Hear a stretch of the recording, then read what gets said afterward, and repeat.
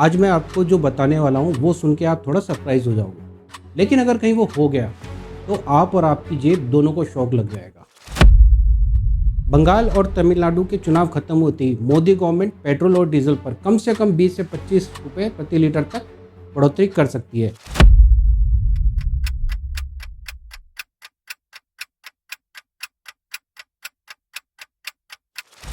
और अगर आपको यकीन नहीं आ रहा तो मैं फिर बता देता हूँ, 20 से 25 रुपए प्रति लीटर।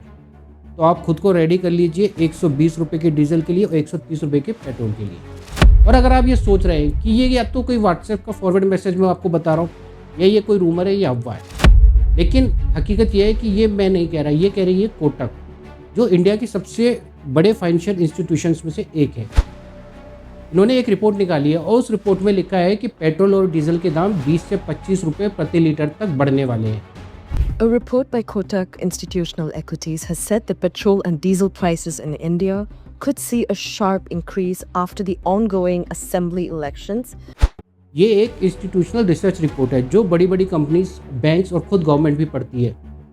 तो आज इस वीडियो में हम बात करेंगे कि आखिर ये तेल का खेल है क्या, और आखिर में वो सब जो गवर्नमेंट आपको सीधे सीधे कभी नहीं बताती। आज इस वीडियो में हम कवर करेंगे कि क्यों आखिर पेट्रोल इतना महंगा होने वाला है, और ये ग्लोबल क्रूड ऑयल का ड्रामा एक्चुअली में है क्या, जो स्ट्रेट ऑफ हॉर्मोन से चालू होकर पूरी दुनिया को इफेक्ट कर रहा है, और गवर्नमेंट का प्लान क्या है इलेक्शन और फ्यूल प्राइसेस के कनेक्शन में, और ऑयल मार्केटिंग कंपनीज यानी बीपीसीएल, एचपीसीएल का कितना घाटा हो रहा है इन सब में।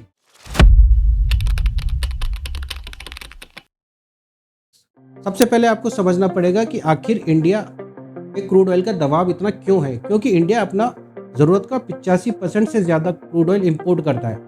मतलब हम अपने पेट्रोल की ज़रूरत खुद पूरी नहीं कर पाते, इसलिए हम Saudi Arabia, Iraq, Iran, Russia से तेल खरीदते हैं। अब प्रॉब्लम क्या है? स्ट्रेट ऑफ हॉर्मुज़ एक ऐसा समुद्री रास्ता है जहाँ से दुनिया का 20% ऑयल गुजरता है, और वहाँ क्या हो रहा है? जियोपॉलिटिकल टेंशन, वेस्ट एशिया में लड़ाई छिड़ी हुई है, सप्लाई एकदम रुका हुआ है। जब सप्लाई कम होती है तो क्रूड ऑयल का प्राइस बढ़ता है, और जब क्रूड ऑयल बढ़ता है तो इंडिया का इंपोर्ट बिल भी बढ़ता है।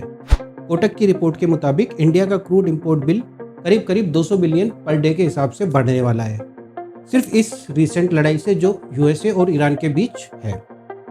सोचो, एक दिन में 200 मिलियन डॉलर, एक महीने में रफली कितना अमाउंट होगा, और ये पैसा कहाँ से आएगा? ये पैसा आएगा आपके और हमारी जेब से। अब बात करते हैं ऑयल मार्केटिंग कंपनीज ओएमसीज की, जैसे Indian oil, Bharat petroleum, Hindustan petroleum. ये वही कंपनीज है जो आपको पेट्रोल पंप पे फ्यूल देती है। तो इन कंपनीज का क्या हाल है? कोटक का एस्टीमेट है कि इन कंपनीज को पेट्रोल डीजल के दाम ना बढ़ाने की वजह से करीब करीब 27,000 करोड़ रुपए हर महीने का खर्चा हो रहा है, जो हर महीने लगातार बढ़ता रहेगा। अगर क्रूड ऑयल बढ़ता है तो एक महीने में 27,000 करोड़ का घाटा, तो 2 महीने 3 महीने में आप अंदाज़ा लगा सकते हो कितना घाटा हो सकता है। ये घाटा कहाँ जाता है? कंपनी की बैलेंस शीट में। और जब कंपनीज टूट जाती है तो अल्टीमेटली आप और मैं टूटते हो, क्योंकि ये कंपनीज हमारे को क्रूड ऑयल से डीजल और पेट्रोल बनाकर देती है। अगर इन कंपनीज का बेसिक इंफ्रास्ट्रक्चर ही खराब हो जाएगा तो हमारे को पेट्रोल डीजल भी ना मिले शायद। इसलिए इन कंपनीज की बैलेंस शीट भी अच्छी और हेल्दी रहना ज़रूरी है। मेरी पर्सनल राय यह है कि गवर्नमेंट ने ये गलत किया। जब भी क्रूड ऑयल सस्ता होता है तो उन्हें दाम घटाने चाहिए थे, और जब क्रूड ऑयल महंगा हो रहा है तो उन्हें दाम बढ़ाने भी चाहिए, क्योंकि इससे ऑयल मार्केटिंग कंपनीज की हालत सही बनी रहती है उनका, और उनका मुनाफा परमानेंटली आता रहता।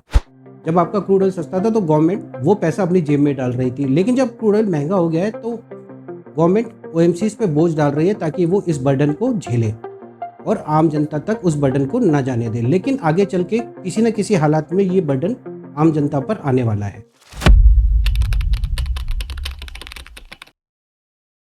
इंडिया में एक अनरिटन रूल है, इलेक्शन से पहले पेट्रोल सस्ता और इलेक्शन के बाद महंगा।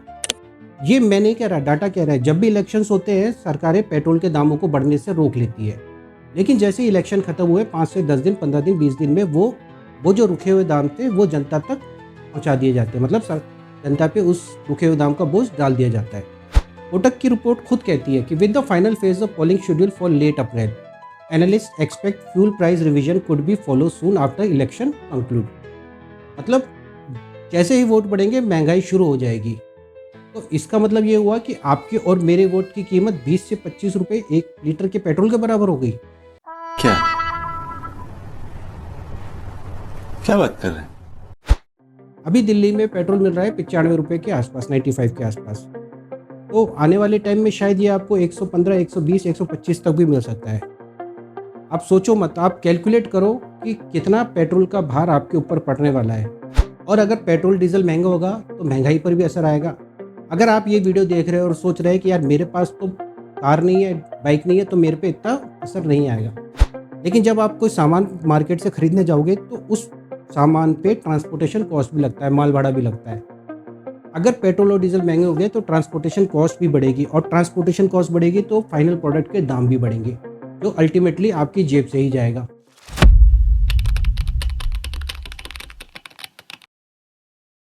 अब एक चीज़ और समझो जो बहुत लोग इग्नोर कर देते। इंडिया में पेट्रोल के दाम में 55% टैक्स होता है, मतलब 95 रुपये आप दे रहे हो तो टैक्स हुआ करीब करीब 50 रुपये।